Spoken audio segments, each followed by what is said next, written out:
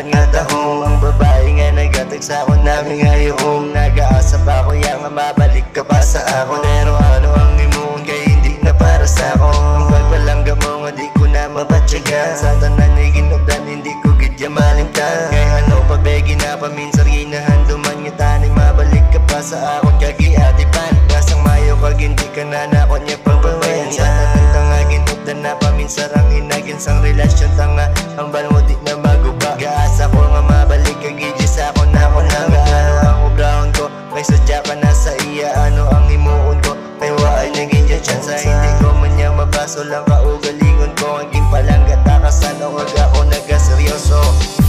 Nag-aasa pa ko nga magbalik ka sa'ko. Pero ako nalang batong ngayon ka na sa'ko. Napilipay ka na kay ara ka na siya.